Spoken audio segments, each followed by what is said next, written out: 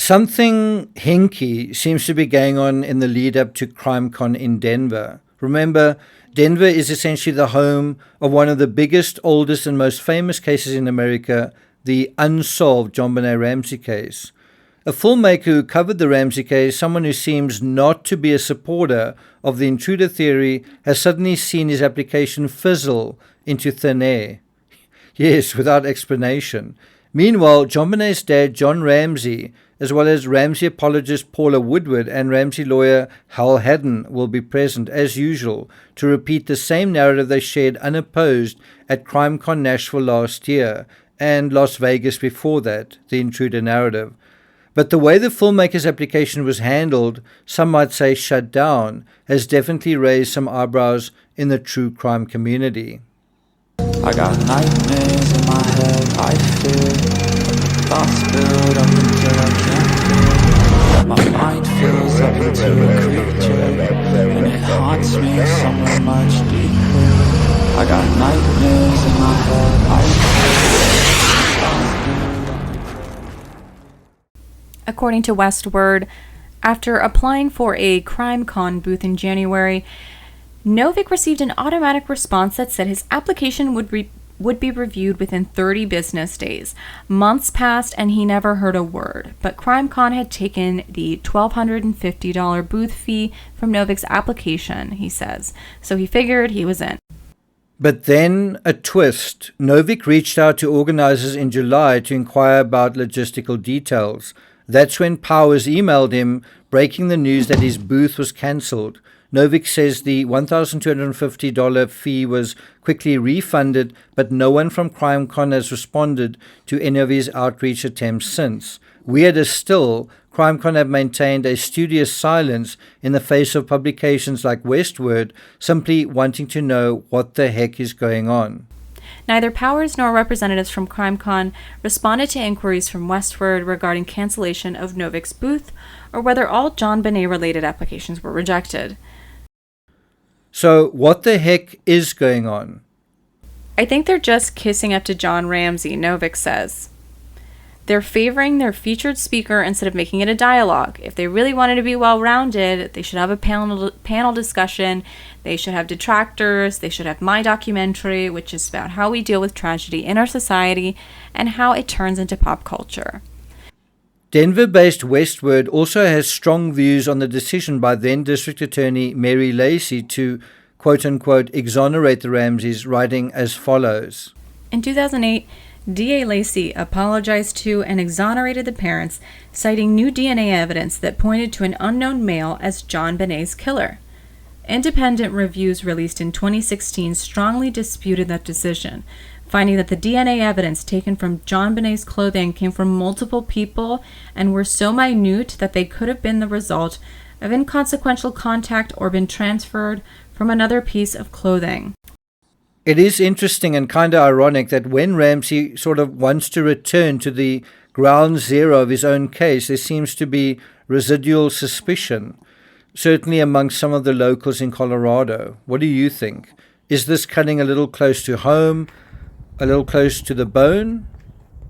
According to Westword, the 6-year-old's death has spurred countless theories and immeasurable media attention since JonBenet's body was discovered in the basement of her Boulder home on December 26, 1996. But the theories can largely be separated into two camps. Either an intruder killed JonBenet, or her family members are responsible. Only one of those camps will be present during CrimeCon, however. Is that fair, given the case remains technically unsolved? The convention booked 3 speakers for a presentation and meet and greet on September 6 related to the case. The father, John Ramsey, his attorney, Hal Haddon, and a journalist who has written extensively in defense of the family's innocence, Paula Woodward. According to Westword, CrimeCon is seemingly avoiding other mentions of the case.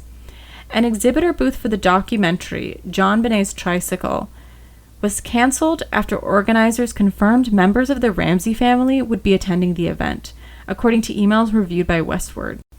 CrimeCon's mission, like America's true crime community, is the pursuit of truth, justice, and real accountability in the arena of true crime.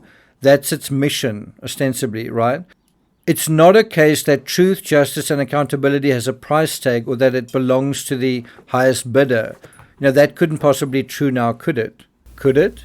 Westward goes on, in the documentary, Novick questions the parents' actions that contaminated the crime scene and references how their 2008 exoneration by then District Attorney Mary Lacy was later challenged due to Lacy misrepresenting DNA evidence as conclusive proof, while independent reviews described the DNA samples as possibly, quote, worthless as evidence, unquote. I mean, Ramsey himself has been trumpeting the DNA evidence as the absolute panacea to this case ever since. But this latest development raises a discomforting possibility.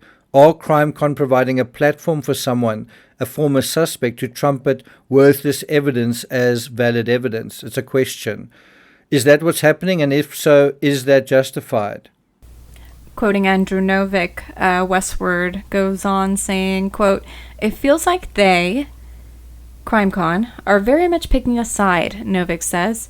If they're going to have one side of the case and not the other side, then they're choosing the narrative, which the media has always done. If that's the case, just how authentic, credible, and reliable a forum is CrimeCon after all? It's a question. In an email to Novick on July 21st, CrimeCon senior producer Elise Powers said organizers made the difficult decision to cancel the booth after some internal discussions and a lot of back and forth on how to best proceed. Quote, this wasn't an easy call, and I'm truly sorry for the late notice. We recently confirmed that members of the Ramsey family will be attending the event, and we just don't feel 100% comfortable with the product/imagery or know how they would react to seeing it on site. Out of respect for their presence, we felt it was best to err on the side of caution. Novick shouldn't feel alone. True Crime Rocket Science received a stock standard copy and paste email from CrimeCon around about, 12 days ago on August 6th saying, we unfortunately can't accommodate your show at this year's event. We're extremely grateful for your interest, and then something about limited space and how difficult, how tough the decision was. Well, I'm sure it was. According to Westward, none of the listed exhibitors at CrimeCon Denver referenced the JONBENET case. I think it should be none of the other exhibitors. Specific murder cases featured among the exhibitors include the 2004 slaying of Brittany Phillips in Oklahoma and a 2005 triple homicide out of Nebraska. Neither Powers nor representatives from CrimeCon responded to inquiries from Westward regarding the cancellation of Novick's booth, or whether all JONBENET-related applications were rejected. Well, I can address that. True Crime Rocket Science's application was rejected. I'm not going to take it further than that. I'd be interested to hear your thoughts on the subject. Let me know in the comments. Thank you for listening, and I'll see you guys next time.